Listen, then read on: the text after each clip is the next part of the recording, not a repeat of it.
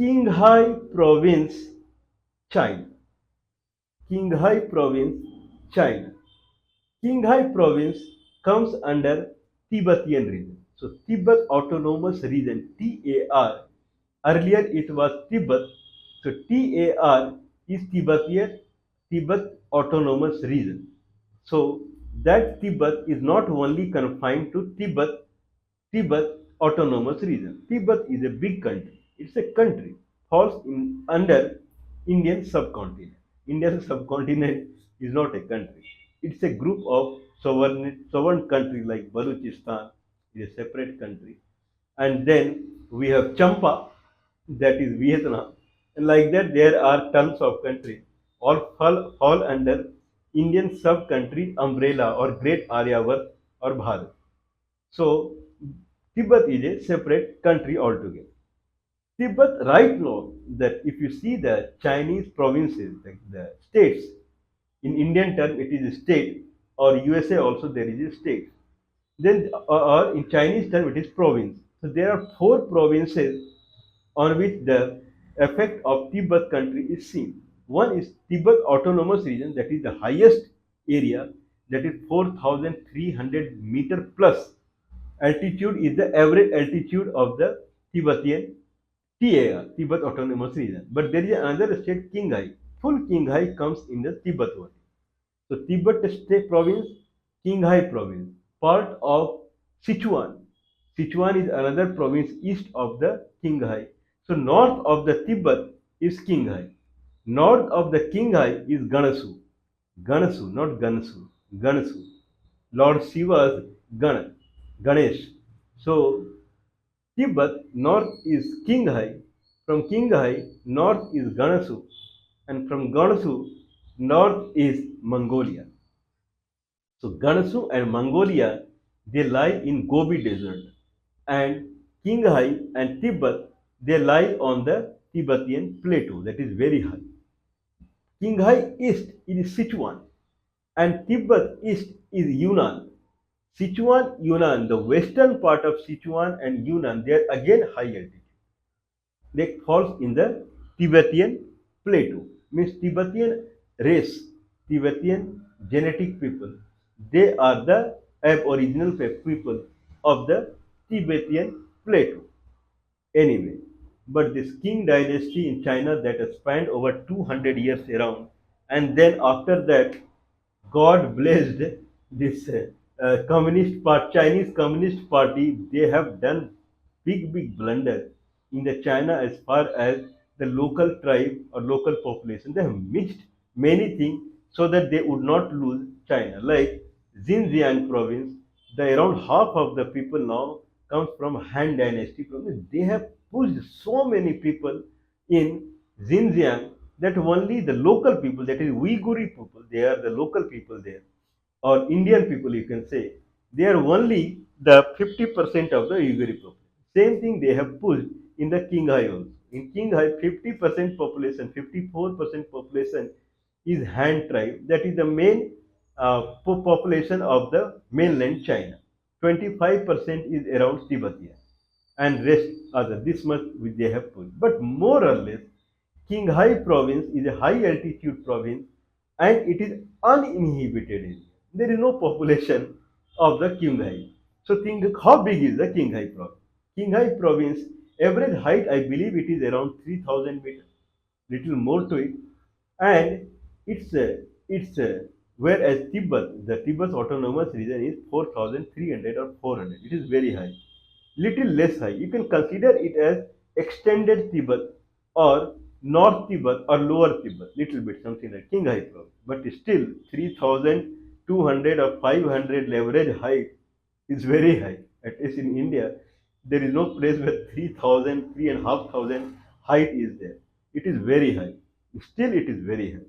So Qinghai province, it is around 720,000 square kilometer, or 7 lakhs 20,000 square kilometer, or 0.72 million square kilometer. It is very big. It will accommodate many states in India.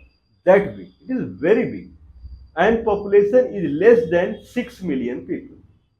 Means there in India there are many towns or cities There are more than 6 million people. There are many town only. So 720,000 square kilometer area, and in that only less than 6 million people or 60 lakhs people live. It's a sparse area. It's a kind of uninhabited area. In few, so China is each province in China is divided into prefecture. Prefecture. It's a prefecture can be considered as districts, and then each prefecture there are county. It's not like district and block level or subdivision level in India, because in India everywhere people are there. India is a densely populated country. It means it's a suffocation. But Qinghai, there it is like if you have a prefecture, not required that people would live there. So wherever people are there, they call it county. They cannot divide into so many county, because in so many county there won't be anyone. So they call it county because their people are there. So there are very few county where people live. What is the capital of Qinghai province in China? So high altitude state, Xining. Xining is the capital of Qinghai. And Qinghai, the way People Liberation Army of the China, they liberated many states, many places, many countries, provinces around China. They liberated Qinghai also in 1949. The way they took control of the Xinjiang province in 1949, and they have started controlling Tibet also in 1951, and they controlled Tibet in 1959.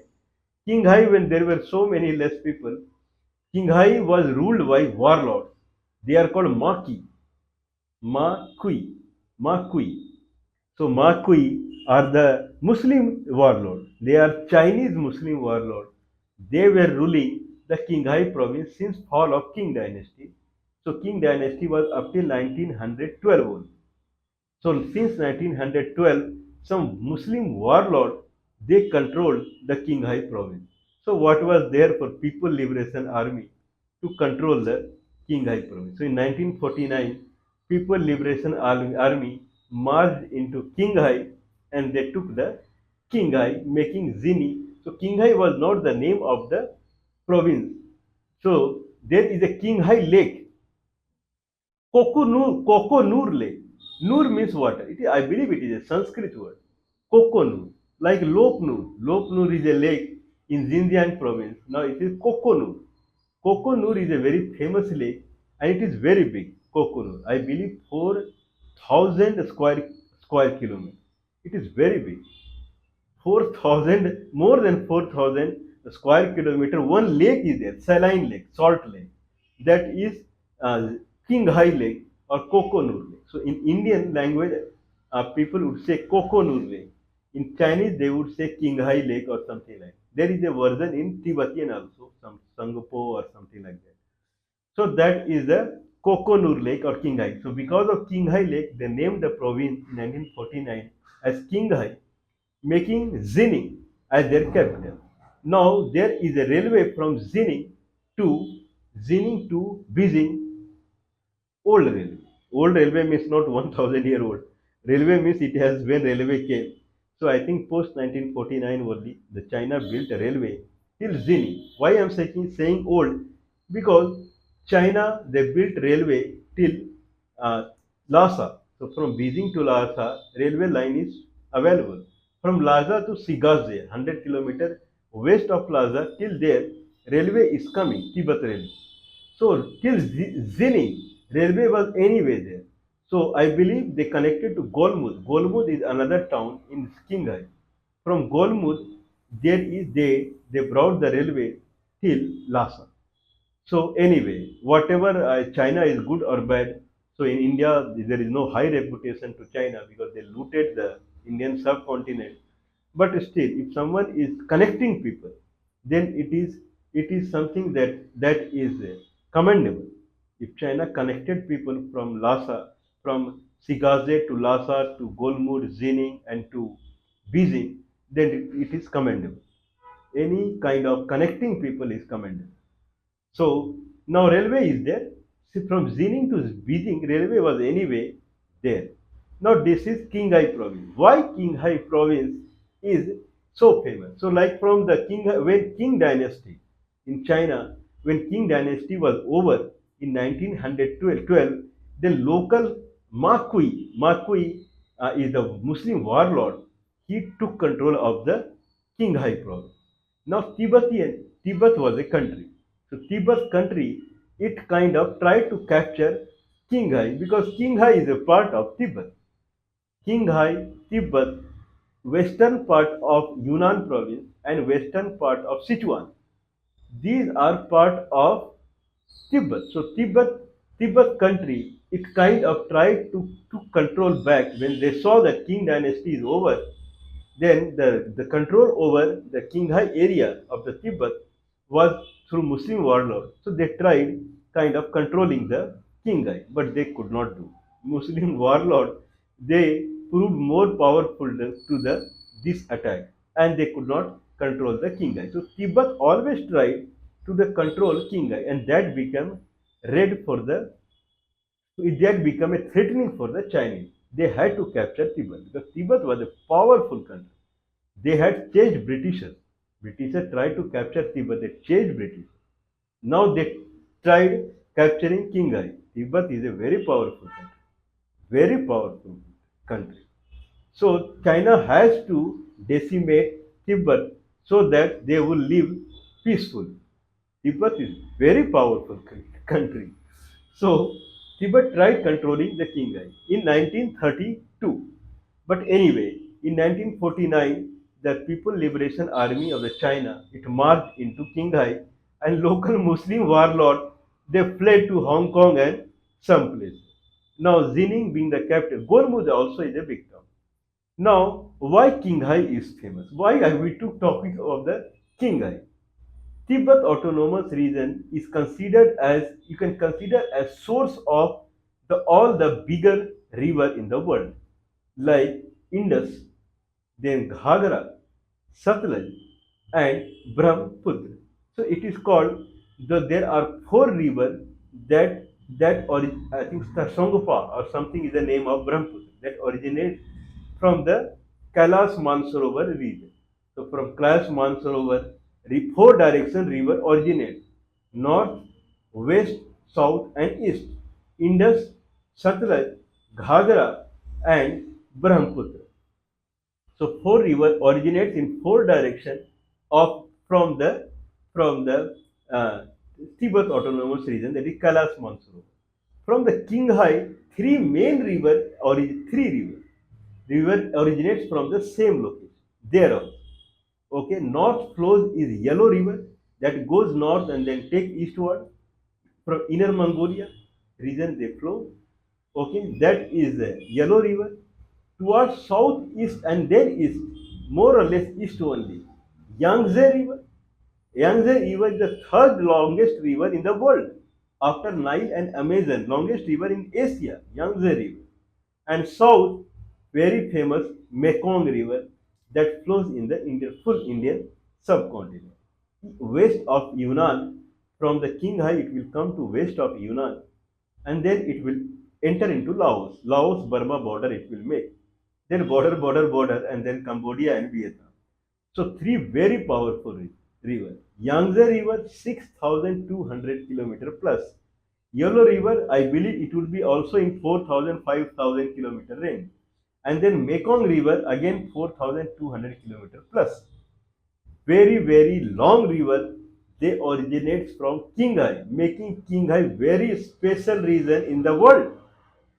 Okay, and they originate more or less from the same region. It is called Sanjay Guan, I believe. Sanjay Guan, natural Sanjay Guan kind of natural region, something like, or something the name they have given. Sanjay Guan kind of natural region. So that region is the where, or you can say some biological park or something like that. Okay, so that region from where these three rivers originate: Yellow River, Yangtze River, and Mekong River. Okay, Sanjay Guan uh, kind of natural park or natural region. So that region is a protected region, something like that. That is considered as region of headwater for the region of the headwater of these three very famous rivers: Yellow River, Yangtze River, and Mekong River. Not only that, the south of the Qinghai, then if you come, then it is a Tongkula Mountain. Tongkula mountain range, then it is in Tibet Autonomous Region. From there, then Salween River originates north of the Lhasa and south of the Qinghai province, but it is not in Qinghai. So Salween River, it also from Tongkula mountain it originates, but it is in Tibet, Tibet Autonomous Region. Okay, what is other feature of the Qinghai province? North of the Qinghai province, where north of the Qinghai province means Tibetan plateau ends and Gobi desert begins.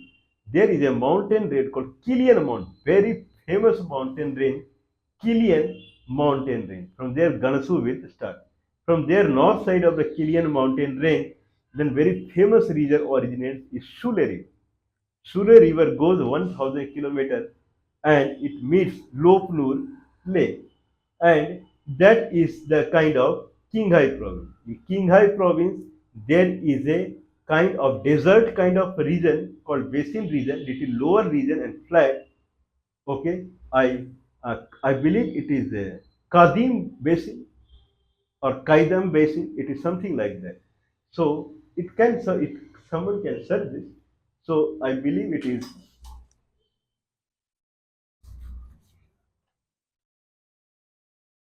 Okay, these are Quadim.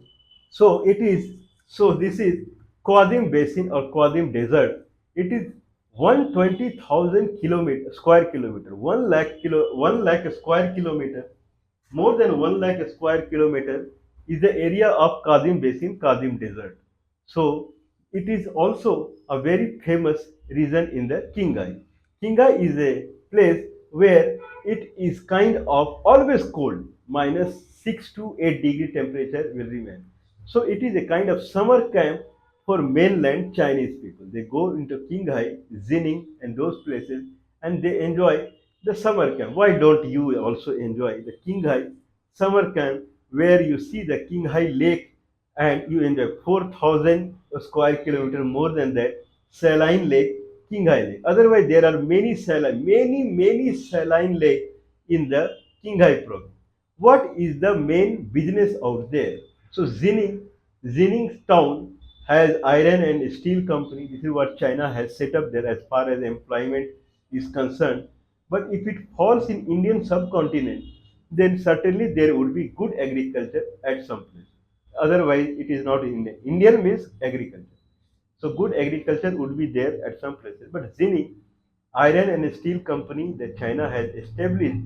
Otherwise, since there are so many salt lakes, then extracting salt or salt-based minerals is the other industry there. And from this Kadim basin or Kadim desert, then natural gas they are extracting. They have found natural gas in this basin. This is a low-lying basin or desert area, Kadim Basin, but it is not that low-lying. So Kadim Basin is more than, I believe, 3,000 meter high. So Kadim Basin, if we take, then it is 3,000, around 3,000 meter high. Qinghai Lake is also 3,000 meter plus high. So it is, that's why it falls in Tibet region. So China is extracting natural gases from Kadim Basin and then salt-based minerals from all the salt lakes, and then they have set up steel and iron plant in the Zini. What I believe, it's an underdeveloped area. Only 60 lakhs, less than 60 lakhs, 6 million people they live there. But anyway, the power of Qinghai is the autonomous region. What we are talking, the biological that area where headwater of Yellow River and Yangtze River and Mekong River, that is known as Sanjangwan National Nature Reserve. Sanjangwan National Nature Reserve. Please visit that.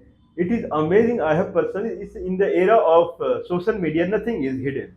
So where yellow river originates, that yellow water that comes out of the mountain with a force that if you place the hand, your hand will break. That with force, yellow water originates from the mountain, and you see that power, and then you can watch in a video also. You will have a very good time. Then why don't you visit Qinghai, Sanjay Guang,